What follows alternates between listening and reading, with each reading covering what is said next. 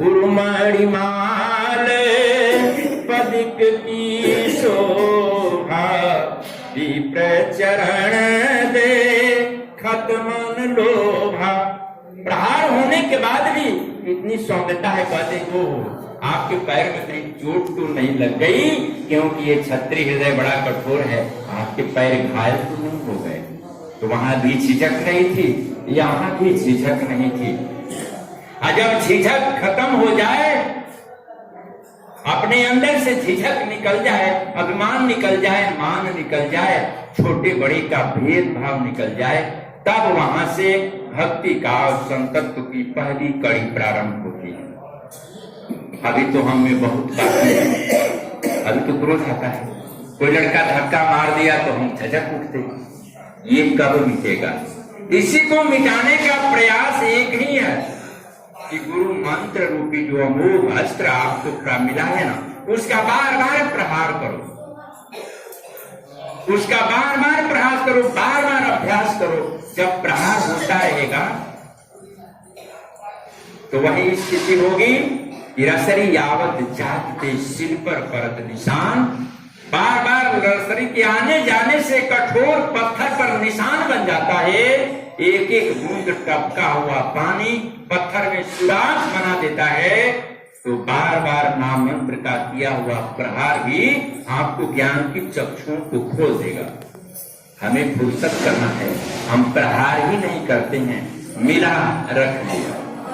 हमारी स्थिति कैसे है? जैसे ज्ञान मिला और कोई उसको बंद कर दिया, खोला ही नहीं। पूछा जाता है कि आप क्या करते हो, तो कहे हाँ तो मेरे प्रयोग में है, रोज मैं इसका नाम स्मरण करता हूं। और जब वह बैठता है तो मन कभी दिल्ली कभी लंदन, कहां हो रहा है। भजन भी तब होगा जब वो परमात्मा चाहेगा, बहुत बड़ी कृपा होगी, तब भजन करने के लिए बैठे हैं। कोई न कोई ऐसी विडंबना आपके साथ जुड़ जाएगी कि आपका भजन टूट जाएगा। कभी काम आएगा, कभी क्रोध आएगा, कभी कुछ आएगा। जब इसकी चर्चा चलती है कि भजन करने बैठते हैं, मन भटकता है, बाहर बाहर जाता है, इसका क्या उपाय है? तो कहते हैं कि अरे थोड़ा सा इससे अपने हृदय रूपी दर्पण को तो देखो। मान लीजिए कि एक धारा प्रवाहित होती है, करंट फ्लो कर रहा है, बीच में कहीं अगर जंग लगा है ना, तो वहां से स्पार्क होता है, बल्ब नहीं जलता है। कहते हैं कि सब हो रहा है, हमने ज्ञान दिया, गुरु मंत्र भी लिया, तुम जब भी रहे हो, लेकिन स्पार्क हो रहा है। जहां से स्पार्क होता है, धारा वहां से लौट जाती है, और लौटाने का काम कौन करता है? मन। उस विद्युत की धारा से जुड़ा हुआ मन है, संवाहक है, वह संवहन करके आप तक ले जाने का काम करता है।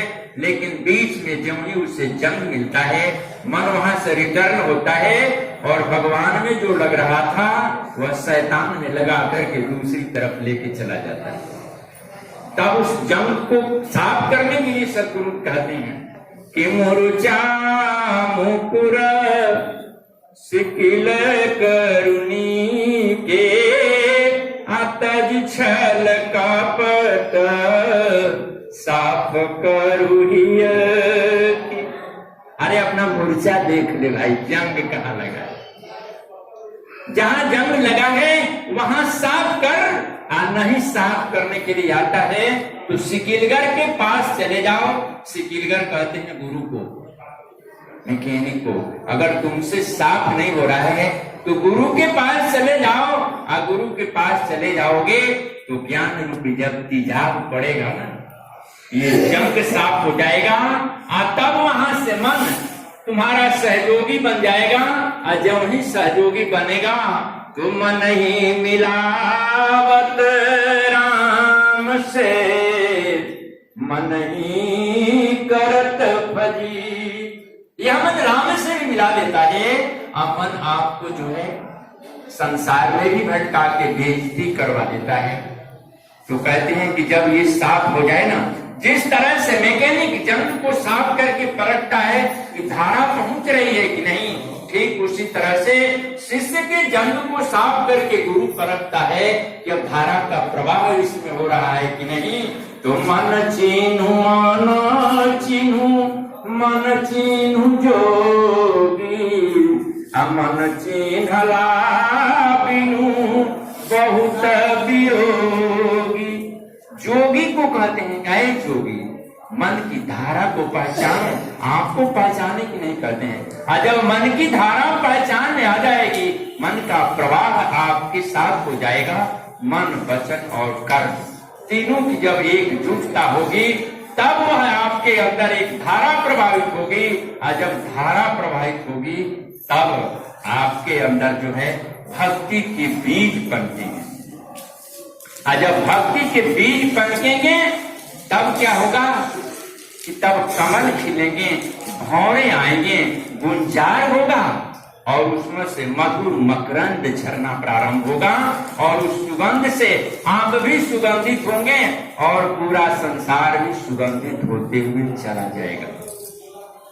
संतों ने पूछा कि महाराज मूर्छा भी साफ हो गया, आपने धारा भी प्रवाहित कर दिया, हमने नाम का स्मरण भी कर लिया, कमल भी खिला, सुगंध भी हुआ, भौरे नहीं आए।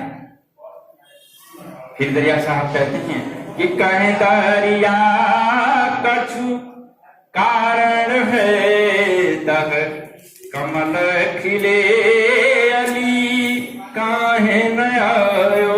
अब तक तो आ जाना चाहिए, भौरे नहीं आए। कहे दरिया कछु कारण है, तह कमल खिले अली काहे न आयो। क्यों नहीं आया कमल खिला, भौरे नहीं आए, सुगंध नहीं उठा, कारण क्या है? तो कहते हैं तो फिर तराशो, कहीं कुछ छूट तो नहीं गया, कहीं कोई कारण तो बच नहीं गया। अगर कारण बच गया हो तो उसका तलाश करना पड़ेगा। तो कहते हैं महाराज इस जन्म का तो देख लिया, ऐसा हमने कोई कर्म नहीं किया, ऐसा मेरे साथ कोई कर्म बंधन नहीं रहा, इस जन्म में हमने ऐसी कोई गलती की ही नहीं। आपके चरणों में बैठा तो बैठा ही रह गया, सजदे में सर झुकाया फिर उठना हराम है। एक बार गुरु के चरणों में शीश झुका तो झुका, मैं गया ही नहीं। दरिया साहब ने पूरा पन्ना पलटा, कहा कि मेरा शिष्य है, इतना परिश्रम किया, सब हुआ, अब कारण क्या है? तो ठीक से जब परीक्षण किया तो कहा कि नहीं नहीं, अरे भाई बच गया है। कहा क्या? तो भीतर मैल चहले के लागी, ऊपर तन का धोए हैं, अभिगति मूर्ति महल के भीतर, वाका पंथन जोवे हैं, जुक्ति बिना कोई भेद न पावे, साधु संगति का गोवे हैं, कह दरिया कूटन बेगी, शीश पटकी कारोवे हैं। अरे भीतर मैल चहल के लागी, कई जन्मों से ये भीतर दर परतर मैल जमा हुआ है, ऊपर तन का धोए हैं, बाहर बाहर तन संवर चुका, मन अभी संवरना बाकी है। कहते हैं साधु संगति का हुए हैं, साधु की संगति में आते हो फिर भग जाते हो। बैठा नहीं, भग गया, पंख लगे, उड़ना प्रारंभ कर दिया, रोटी मिलने लगी, कपड़े मिलने लगे, संसार में फिर तेरा चित्त रमण करने लगा। और जब संसार में चित्त रमण करने लगेगा तो इसमें नहीं होगा, ये भूलेगा ही नहीं। तो कहते हैं कहे दरिया कूटन बेगेदी, कूटन कहते हैं धूर्त को, और बेगेदी कहते हैं धोखेबाज को। कहते हैं कह रहे तुम धूर्त भी हो और धोखेबाज भी हो। क्यों? कि तुमने अपनी बीमारी मुझे बताया ही नहीं। अगर ये बीमारी बता दिया होता तो मैं तेरा वहीं से शुरू करता जहां से तुम चला था। इसलिए गोस्वामी जी की बड़ी एक अच्छी पक्ति है शिष्य के प्रति, हो ही न विमल विवेक गौर गुरु सन किए दुराव। कभी भी अच्छा ज्ञान आपको प्राप्त नहीं हो सकता है। होय न विमल विवेक गौर गुरु सन किए दुराव, गुरु से दुश्मनी दुराव। अरे अपने को खोल दो, जब तक शिष्य जो है अपने को खोलता नहीं है, जब अपनी बातों को गुरु के सामने नहीं रखता है, तब तक गुरु उसका जो है कुछ नहीं करेगा। डॉक्टर के पास जाएं, सर दर्द बता दिया, कमर दर्द बाकी है, हो सकता है कि एक ही दवा से ठीक हो जाए, लेकिन नहीं हुआ तो अपनी बीमारी को तो बताया। इसलिए सबसे पहले अपने चित्त को साफ करो। दरिया साहब कहते हैं कि अगला पाना जब आई तब पिछला पाना देख कर आई। जब अगले पन्ने की पूरी हिस्ट्री मिल जाएगी, पीछे के पन्ने की हिस्ट्री मिलेगी, तब नहीं ये कटेगा। तब कहता है जीव की नहीं महाराज, तो माया हमें चपेट ली। कहा कि माया कहाँ चपेटती है, माया को तो तुम चपेट लेते हो। माया तो संतों की, साधकों की दासी बन जाती है। माया को तुम समझे नहीं। माया को तो गालियां देते रहे, पूरा जीवन उलझा रहा इसी में। नारी नरक के खान, माया छोड़ दो, मोह छोड़ दो, पूरी कथा चलती रही। आपके गुरु भी यही सुनाते रहे, तुम भी यही सुनाते हो, सुनाते चले जाओ। तो लोग कहते हैं कि माया तो हमें दुख देती है, संसार में ढकेलती है, भजन करने बैठते हैं तो संसार में लेके चली जाती है। तो गाली नहीं है तो क्या कहें, तो कहें देते रहो, क्या हर जाए, कौन रोकता है। तो कहते हैं तो उसका उपाय क्या है, तो सदगुरु उपाय बताते हैं कि माया दोष तेहु जन कोई, जान बूझ के बाउर होई। माया को समझो, दोष देना बंद कर दो। कहते महाराज बार बार बीच में माया आती है, ब्रह्म का दर्शन होने ही नहीं देता है। गोस्वामी जी ने एक बड़ी अच्छी उपमा दी है अपने रामायण के माध्यम से। कहते हैं एक पंक्ति में 3 लोग चल रहे हैं। राम आगे चल रहे हैं, बीच में सीता चल रही है और उसके पीछे लक्ष्मण चल रहे हैं। तीनों लोग क्रमबद्ध तरीके से चल रहे हैं। संतों ने पूछा गोस्वामी जी, ये तीनों लोग एक पंक्ति में चल रहे हैं, आपको कैसा लगता है? सबने अपनी अपनी दृष्टि से देखा ना कि सीता ऐसी लग रही है, राम ऐसे लग रहे हैं, लक्ष्मण ऐसे लग रहे हैं। ये संत की दृष्टि है। गोस्वामी जी संत हैं, उनसे जब पूछा गया ये तीनों माया स्वरूप हैं, एक ही पंक्ति में चल रहे हैं, तो आपको कैसा लगता है? गोस्वामी जी कहते हैं कि मुझे जो अच्छा लगता है और मुझे जो ये दिखाई दे रहे हैं, ये बड़ी विचित्र दुनिया दिखाई दे रही है हमें। तो गोस्वामी जी कहते हैं कि राम लखन सिय सोहहि कैसे, ब्रह्म जीव बिचे माया जैसे। जिस तरह से आगे ब्रह्म है, बीच में माया है और पीछे जीव है, हमें तो ऐसे दिखाई देती हैं। राम ब्रह्म स्वरूप हैं, सीता माया है और लक्ष्मण जीव है। जीव बार बार देखना चाहता है ब्रह्म को, लेकिन बीच में तो माया है, दिखाई कैसे दे? और तीनों एक ही पंक्ति में चल रहे हैं। बड़ा उधेड़ हुआ, यही प्रश्न लेके संत लुदरिया साहब के पास चले आए कि महाराज बड़ी स्थिति है, ब्रह्म आगे है, बीच में माया है, जीव पीछे है। जीव देखना चाहता है ब्रह्म को, लेकिन माया बाहें फैला देती हैं। बड़ी बड़ी जुल्फें हैं, इसकी लंबी लंबी साड़ियां हैं, बाहें फैला देती है, पर्दा हो जाता है, नहीं दिखाई देता। सदगुरु दरिया साहब कहते हैं जरा नियम बदल दो। कौन सा नियम? तो माया दोष देहु जन कोई, जान बूझ के बाउर होई। पहले तो गाली देना बंद कर दो। अगर कोई भी स्त्री कितनी भी सुंदर है, कितनी भी बुरी नजर आप पर है, कहीं जा रही है, आप पीछे जा रहे हैं, एक बार जब उससे आप मां कहते हैं ना तो वह घूम जाती है। सदगुरु दरिया साहब कहते हैं कि जीव जब माया को मां कहता है, जो ही मां बोलता है वह माया घूम जाती है, और माया जब घूमती है तो माया से ब्रह्म का बहुत गहरा लगाव है। जो ही माया जीव की तरफ घूमती है तो ब्रह्म कहता है कि ये कहां चली गई, तो ब्रह्म भी घूम जाता है और जीव और ब्रह्म आमने सामने होते हैं, और बीच से माया दफा हो जाती है।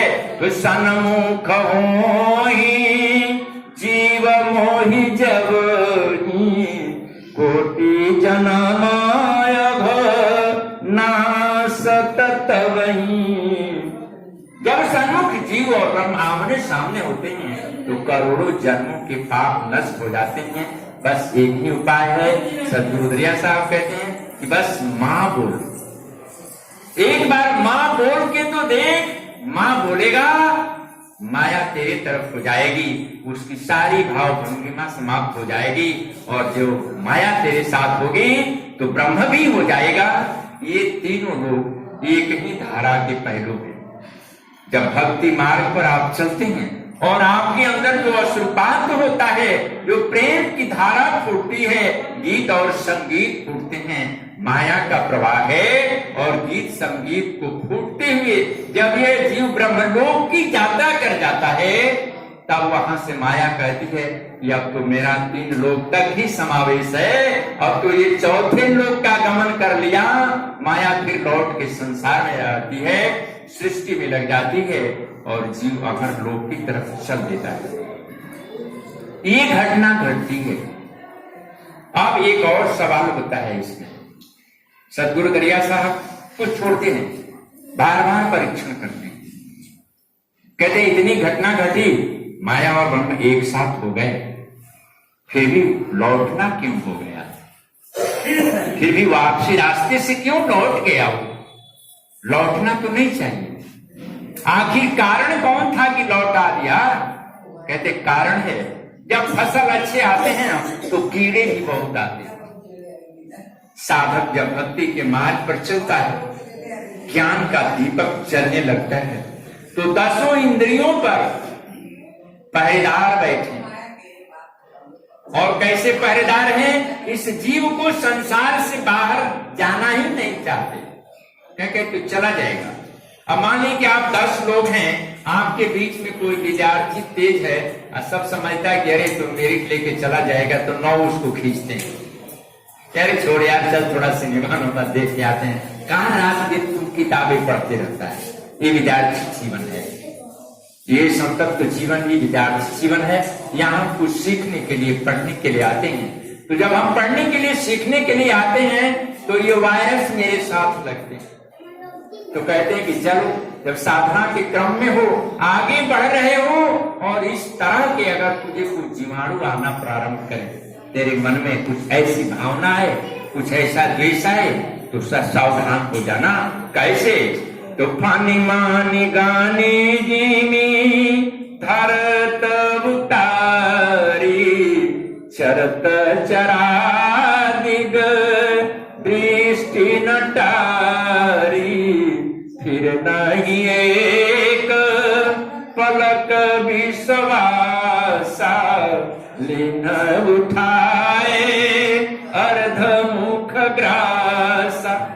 इस तरह से एक फणिंद्र सर्प जो है अपने मणि को बाहर उगल देता है और उसके प्रकाश में छोटे छोटे कीड़ों को खाता है, लेकिन जो ही बाहर से आहट मिलती है दौड़ के अपने मणि को उठा लेता है। भले उसके मुंह में आहार हो, निगला नहीं है, फिर भी उठा लेता है। ठीक उसी तरह से साधक को दौड़ के अपने मणि को उठा लेना चाहिए। किस तरह से? जिस तरह से एक सर्प अपने मणि को उठा लेता है। कहते क्यों महाराज? तो इंद्रिय बैठी झरोखे नाना जमता बैठे सुरन करि थाना आवत देखहि विषय बयारी ते हठ देत कपाट उघारी। क्यों ही साधना में बैठते हो और बाहर से ये 10 दरवाजों पर देवता लोग बैठे। कितना अच्छा व्यंग करते हैं गोस्वामी जी। कहते हैं कि 10 इंद्रियों पर देवता लोग बैठे हैं, इनका काम क्या है? अतः जो ही आपके अंदर काम प्रवेश करना चाहता है, मद लोभ मत्सर प्रवेश करना चाहता है, ये दरवाजे खोल देते हैं और वो अंदर प्रवेश करता है और आपके अंदर जो ज्ञान का दीपक जल रहा है वह बुझ जाता है। वावत देखहि विषय बयारी, ते हठ देत कपाट उधारी। ये तुरंत कपाट उधारते हैं और आपके अंदर जलता हुआ दीपक बुझ जाता है। इसलिए साधक को एक एक पल पर सावधान रहने की जरूरत है। एक बार विवेकानंद जी शिकागो में प्रवचन कर रहे थे और सबके अंदर ये चर्चा थी कि भारत का एक सन्यासी आया है। वहां के कुछ मन चले युवकों ने वहां के एक सुंदरी को लाकर के मंच के पास खड़ा कर दिया। प्रवचन समाप्त हुआ, स्वामी जी मंच से नीचे उतरे, हाथ जोड़ के वो खड़ी थी। स्वामी जी ने कहा कि बोलो क्या बात है? उसने कहा कि आपसे मैं कुछ मांगना चाहती हूँ, क्या आप मुझे दे सकते हैं? स्वामी जी ने कहा कि बिल्कुल, मैं भारत का सन्यासी हूँ, अगर तुम मुझसे कुछ चाहती हो, ये सोचते कि ज्ञान होनी चाहिए तो मैं दे दूंगा। कहे कि ठीक है, जो मांगोगी मैं देने के लिए तैयार हूँ। कहे कि सोच लीजिए, देना होगा। कहा कि बोल दिया तो बोल दिया, मैं देने के लिए तैयार हूं। तो कहे कि मैं आपसे विवाह करना चाहती हूँ। पूछे क्यों, किस लिए? तो मुझे आप ही के जैसा बेटा चाहिए। स्वामी जी कहे कि ठीक है, मान लो कि तुम हमसे विवाह हो गया, तो ये तो पता नहीं कि बेटा होगा कि बेटी। मुझे बेटा चाहिए, कहीं बेटी हो गई और ठीक मेरे ही जैसा चाहिए।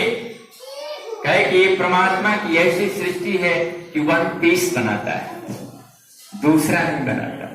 तुझे मेरे ही जैसा बेटा चाहिए, तो इसमें विवाह करने की क्या जरूरत है? स्वामी जी झुके, उसके पैर को छुआ और कहा कि तुम मेरी मां और मैं तेरा बेटा।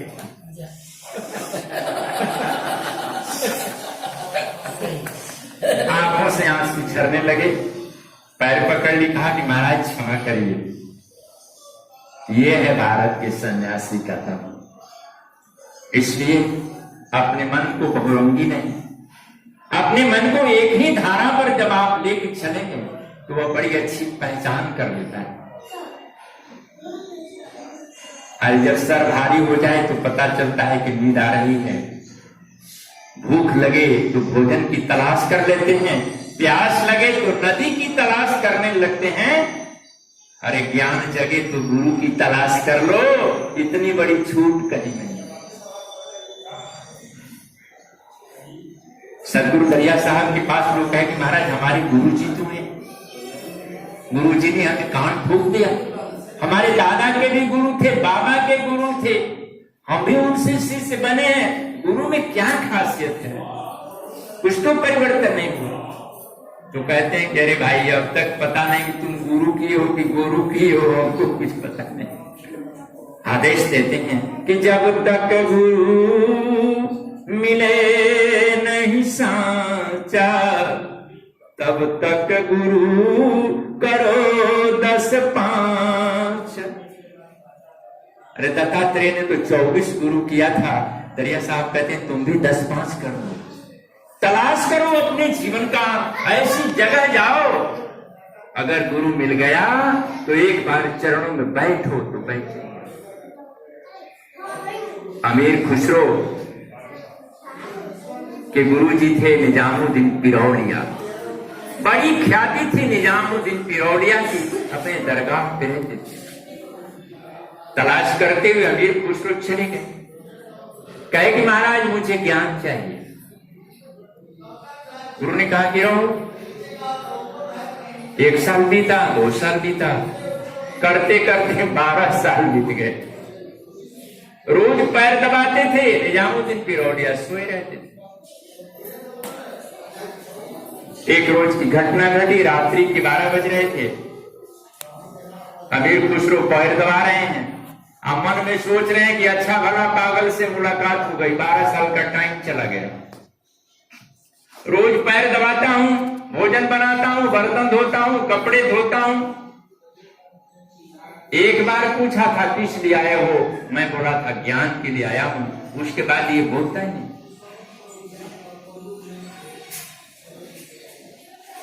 अभी मन में भावना चल रही है, सोच रहे हैं कि प्रातः होगा, झोला उठाऊंगा और इसका आश्रम छोड़ दूंगा, कहीं अन्यत्र तलाश करूंगा।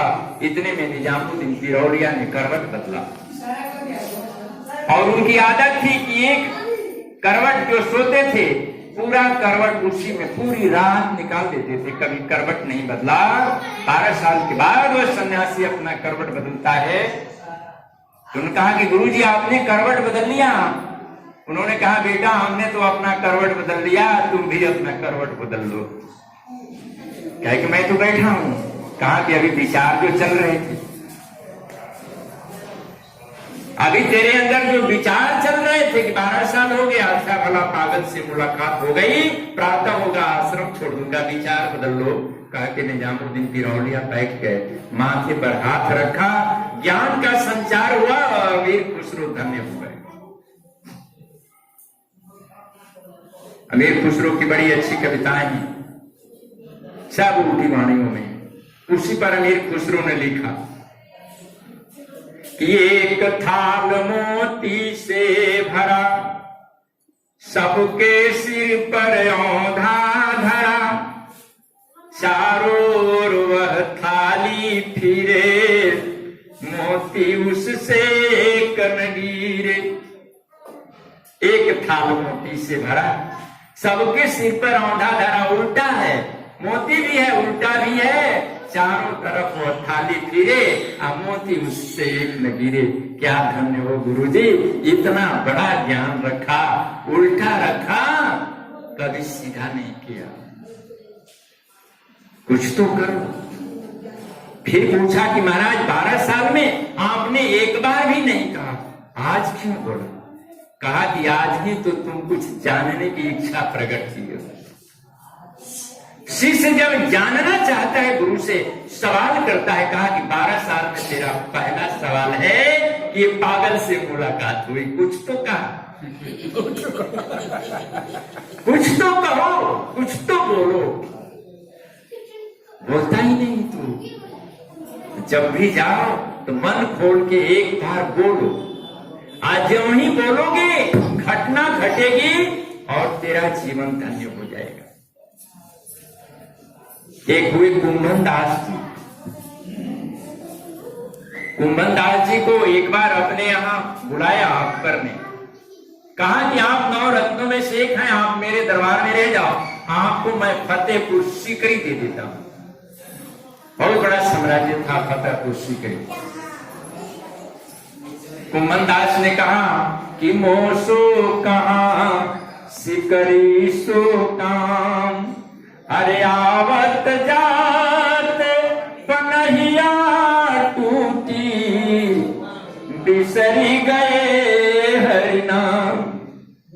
कहा कि मोसो कहां सिकरी सो काम, अरे अकबर तेरे दरबार में आने से मेरी चप्पल टूट गई, और चप्पल एक टूटा तो प्रभु का नाम भूल गया मैं। अगर फतेहपुर सीकरी दे दोगे तो क्या हो जाएगा, मैं तो पूरा जीवन खो दूंगा। तो जीवन अगर खोना है तो ले लीजिए बहुत बड़ा साम्राज्य। हम लोगों का जीवन खो गया जिस दिन मठ के मठाधीश हम लोग हुए ना, उसी दिन जीवन खो गया, कुछ बचा नहीं। भाग्य शिष्य के यहाँ आओ तो आश्रम पर जाओ। रात को नींद खुलती है तो कहीं फसल गाय नहीं खा जाए, इसकी चिंता लगी रहती है। और इस जीवन को कीड़ा खा रहा है, इसका पता नहीं चलता है। ये तो गुरु की कृपा है, आशीर्वाद है कभी किसी जन्मों का, कि कम से कम हम थोड़ी देर के लिए गुरु का स्मरण कर लेते हैं, प्रभु के नाम का स्मरण कर लेते हैं।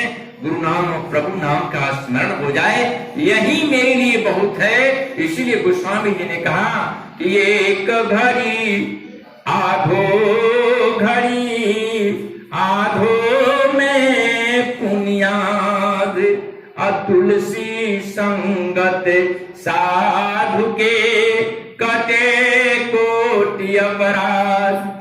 अरे चलो कुछ भी समय जो भी बचता है, अगर थोड़े देर के लिए भी अच्छी संगति हो गई तो जीवन का बेड़ा पार हो जाता है। चलिए इस सत्संग के माध्यम से, इस पूजा प्रसाद के माध्यम से आप भक्तों का, संतों का दर्शन हो जाता है। और जो भी 1 घंटे 8 घंटे हम प्रवचन के माध्यम से, चाहे आप श्रोता हो या वक्ता हो, हरि स्मरण करते रहते हैं, तो ये मेरी पूंजी इकट्ठी होती है।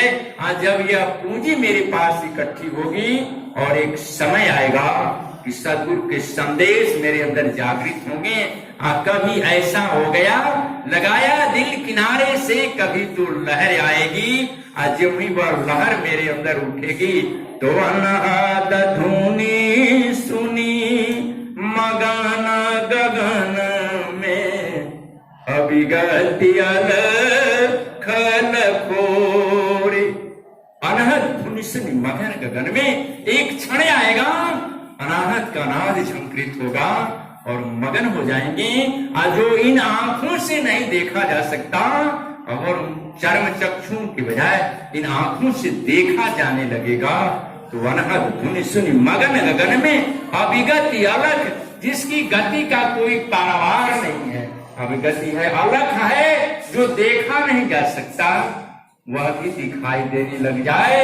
और जब दिखाई देने लग जाए तो एक बार ये काम करना, गुरु की सानिध्य में गुरु के चरणों को पकड़ के निवेदन करना कि काहे दरिया साहेब सदगुरु से रहू सदा कर जोरे।